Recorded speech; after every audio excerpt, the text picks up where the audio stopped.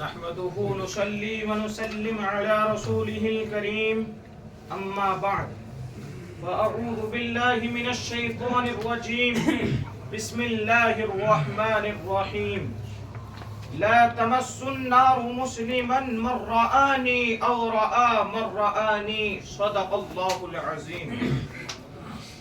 معزز حضرات حکم مستحکم اور برسرے اسٹیج علمائی کرام و شرکائے انجمن، کائنات کے پیارے پیغمبر صلی اللہ علیہ وسلم کے یار، آپ کے جانثار کہ جن کے بارے میں آپ نے ارشاد فرمایا لا تمس النار مسلما من رآنی او رآ من رآنی، کہ جس نے بحالت ایمان مجھے دیکھا ہو اس پر جہنم کی آگ حرام ہے، اور جس نے میرے دیکھنے والوں کو دیکھا ہو اس پر بھی جہنم کی آگ حرام ہے، حرام ہے۔ آج کوئی بھی چینل پر بیٹھ کر صحابہ کرام کی عزت پر بات کرتا ہے کہ صحابہ ایمان والے نہیں تھے، کہ صحابہ صرف 4 باقی رہے، نعوذ باللہ باقی سارے کے سارے مرتد ہو گئے۔ رب کعبہ کی قسم، اگر صحابہ ایمان والے نہیں تھے تو پھر میں کہا کرتا ہوں کہ دنیا میں کوئی بھی ایمان والا نہیں تھا۔ اگر ایمان نہیں تھا تو سمیہ کے 2 ٹکڑے کیسے کر دیے گئے؟ اگر ایمان نہیں تھا تو بلال رضی اللہ عنہ دہتے ہوئے انگاروں پر کیسے احد احد کا نعرہ لگاتے رہے؟ اگر ایمان نہیں تھا تو صحابہ نے اپنے بچوں کو کیسے یتیم کروایا؟ بلکہ وہ بزبان حال کہتے تھے کہ فنا فی اللہ کی تہ میں بقا کا راز مضمر ہے، جسے مرنا نہیں آتا اسے جینا نہیں آتا۔ معزز سامعین، اگر صحابہ ایمان والے نہیں تھے تو دنیا میں کوئی بھی ایمان والا نہیں تھا۔ رب کعبہ کی قسم، وہ تاریخ کی بات کرتے ہیں کہ تاریخ میں یوں آیا، کہ تاریخ میں فلاں صحابی نے کیوں کہا۔ اگر یہ تاریخ میرے نبی کے غیروں کی تعریف بیان کرتی ہے تو ایسی تاریخ کو میں اپنے سینے سے لگاتا ہوں، اور اگر یہ تاریخ سیدنا صدیق اکبر کی گستاخی کرے، اگر یہ تاریخ سیدنا فاروق اعظم کی گستاخی کرے تو ایسی تاریخ کو میں اپنی پیر کی ٹھوکر سے اڑانے کا ارادہ رکھتا ہوں۔ میں تسلیم ہی نہیں کرتا ایسی تاریخ کو جو صحابہ کرام کو نہ مانے۔ خبردار، ہم صحابہ پر کوئی اعتراض سننے کو تیار ہی نہیں ہیں۔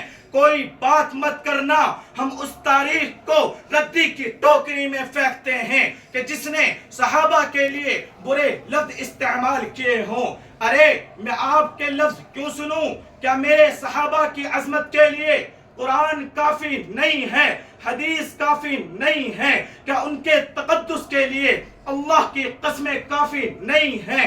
کیا جن گھوڑوں پر وہ بیٹھے ہیں وہ گھوڑے زمین پر گئے ہیں، ان کے پاؤں زمین پر لگے ہیں؟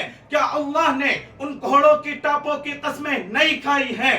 کیا اولئک الذین امتحن اللہ قلوبہم، ان کے دلوں کا امتحان نہیں ہوا؟ کیا انہیں اللہ نے نہیں کہا محمد الرسول اللہ؟ حضور کی تعریف کرنے کے بعد نہیں کہا والذین معہ؟ کیا والذین معہ صحابہ نہیں ہے؟ کیا اشداء علی الکفار صحابہ نہیں ہے؟ کیا تراکم رکعا سجدا صحابہ نہیں ہیں؟ آپ کسی کی ایک خوبی کی وجہ سے اس کی بد دعائیں کرنے کو تیار نہیں ہوتے، آپ اس کے سپاہی بن جاتے ہیں، اور جن کی خوبیوں سے یہ کائنات بھری ہوئی ہے۔ آپ مذکر ہیں، میں مذکر ہوں، کہ جن کی بدولت آج دنیا میں مساجد ہیں، مراکز ہیں، خانقاہیں ہیں، دعوت ہے، دین ہے، تعلیم ہے، تعلم ہے، مفتح ہیں، محدث ہیں، دیندار ہیں، پرہیزگار ہیں کہ جن کی بدولت آج دنیا میں حضور کی سیرت و صورت پہنچی ہے. آپ ایک خوبی کی وجہ سے اپنے ایم پی، اپنے ایم ایل اے، اپنے لیڈر، اپنے پردھان منتری، اپنے گرہ منتری کی توہین برداشت نہیں کرتے. تو مسلمانوں، اس دنیا کو بتا دو، ہم ان خوبیوں سے بھرے ہوئے مسکن کسی کی گستاخی کو برداشت نہیں کر سکتے، نہیں کر سکتے. بڑی معتبر ہے جماعت صحابہ، ذرا پڑھ کے دیکھو حیات صحابہ. گویا کہ ہے باغ ارم میں اترنا، موضوع سخن ہے بات صحابہ. ملا ہے جو لاریب بے عیب ہم کو، ملا ہے جو لاریب بے عیب ہم کو، کلام خدا برات صحابہ. سامعین ذی وقار، کائنات کا پروردگار میرے نبی کے یاروں کی تعریف بیان کرتا ہے. قرآن کریم کی ایک آیت میں نہیں، دو آیت میں نہیں، بلکہ آیات کثیرہ کے اندر میرے نبی کے یاروں کی تعریف میرے پروردگار نے کی ہے.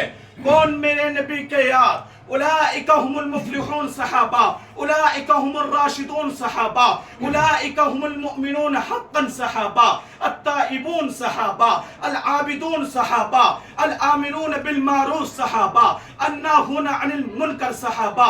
میرے نبی کے یار صحابہ، میرے نبی کے وفادار صحابہ، قرآن کو لکھنے والے صحابہ، قرآن کو پڑھنے والے صحابہ، قرآن کو ہم تک پہنچانے والے صحابہ.